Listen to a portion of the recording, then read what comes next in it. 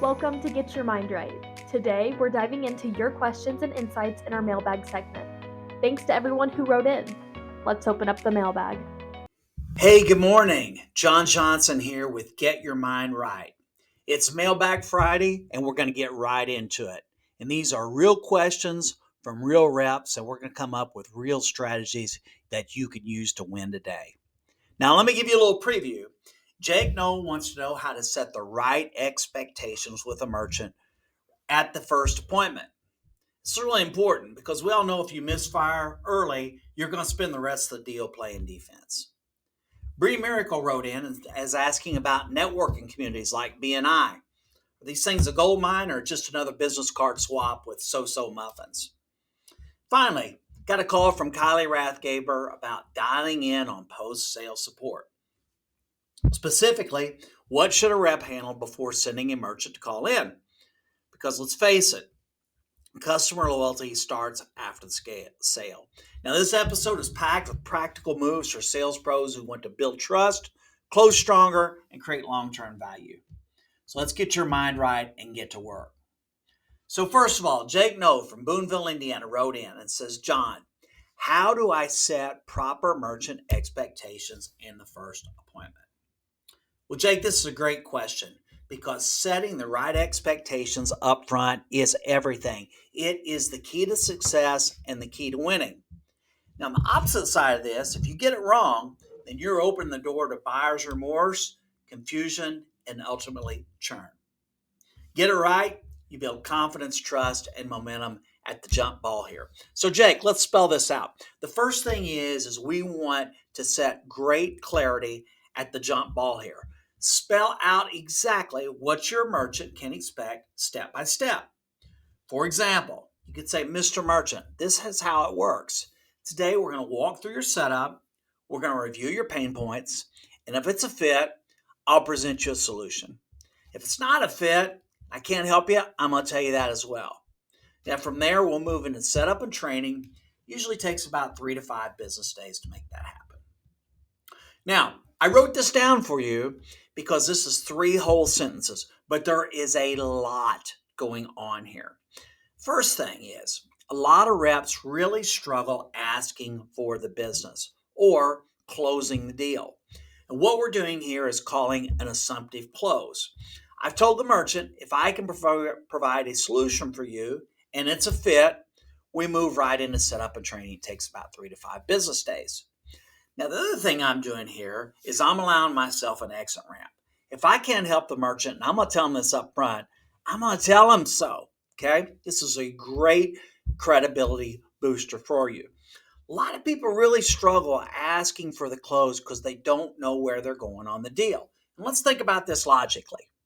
We're here to provide a solution for the customer. We want, in a phrase, to leave them in a better place than we found them. Now, if we can actually do that, does it make sense that naturally a merchant will want to take advantage of that? Well, of course. The other side of this is true as well. If we can help the merchant, we need to have the integrity that we can't do anything for them. So what we're doing here is we're showing them a path. We're eliminating ambiguity. People fear the unknown.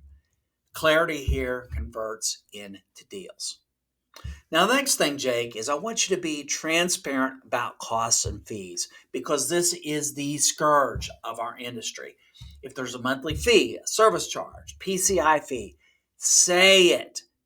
Don't let your customer be upset and angry because 2 months in, they got that $129 annual PCI charge, and they're angry because you didn't tell them about that. You're not doing anyone any favors by hiding things in the fine print. The world of merchants, surprises equal angry calls and trigger cancellations. Now, the next thing, Jake, is to set the right service expectations. They need to know who does what and where the support starts. A lot of rookie salespeople make a big mistake here because they want to differentiate themselves by superior service. And they'll say something like to their merchant, like, hey, I'm on the clock 24/7. Call me anytime you want for anything.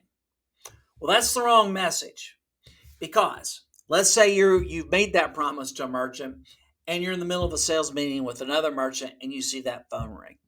Are you going to excuse yourself from that meeting and get up and take this call? Well, I think that's bad business. The other thing is that when that merchant is down, can you really fix them? Or if they've got a network issue, can you fix them? Or are you better off giving them our 800 number and them getting with folks that are trained and actually are on the phones 24/7 to take care of their problems? Well, I think you know the answer to that.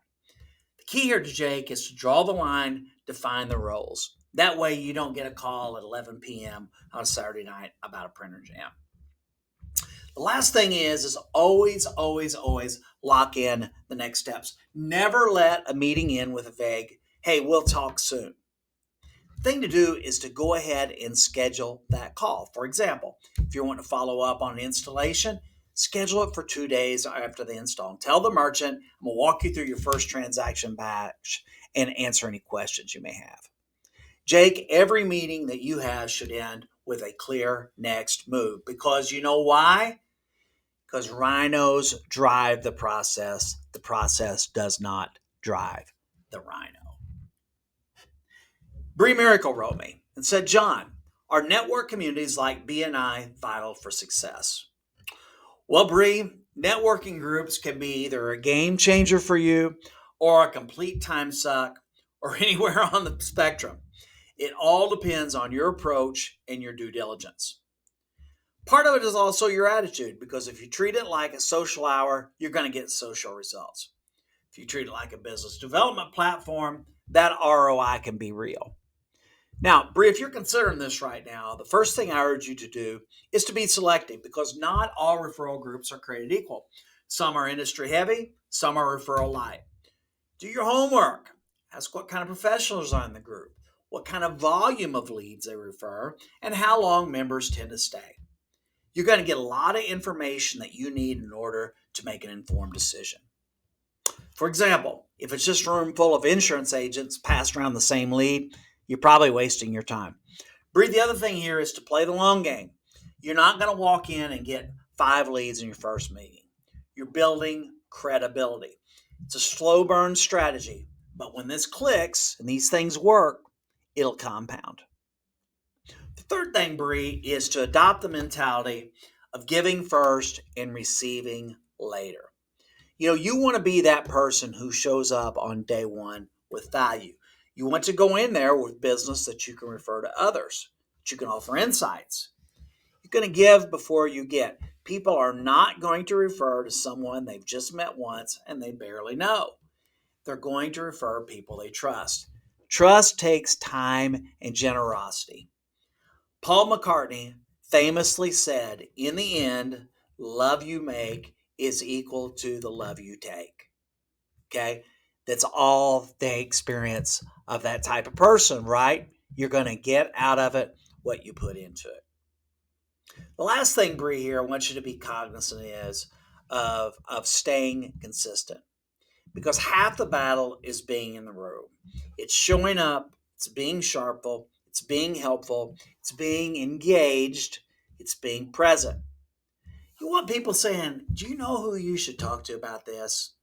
And the rejoinder is your name. And Bree, that's only going to happen when you stay top of mind. Networking works if you work it. If not, it's just free coffee and stale bagels. Our last question of the day comes from Kylie Rathgaber from Evansville, Indiana. And she asks, what support should a rep provide before sending a merchant to a service line to call in? Dovetails with what Jake asked earlier. So let's look at this from a sales standpoint. You close a deal. It's great. But your long-term value is keeping that merchant happy, supporting, and expanding. And the world-class support starts with you. Here's what you should be doing before you send them to call in. The first thing is making sure that your merchant understands their statements. A lot of merchants have never really taken a good look at an interchange plus or dual pricing statement before. Pull it up, walk through the line items with you. The clearer you make this with your merchant, the fewer panic calls that support will get, and the smarter your merchants are going to feel, and the better they're going to feel about the decision they made to go with you. Now, the other thing is that every moral and sentient rep knows how to do is basic troubleshooting. Very, very frustrating when you're a new customer and you call their rep and it's something very simple and they just will not help you. And what does this mean? Well, at minimum, as a rep, you should know how to reboot a terminal. You should know how to run a test transaction. You should know how to tell the merchant to check paper and cable connections. This 5-minute call could be the difference between loyalty and a cancellation. Let's face it, brand new merchants are fragile. Sometimes it does not take much to knock them off their game and just pull the ripcord and cancel their deal with you. We don't want that happening. And the third thing, Kylie, is installation follow up. You should always be mindful of when your merchant is going to be installed. I'm going to call them up and I'm going to ask them, did the tech walk you through everything? Have you run any transactions yet?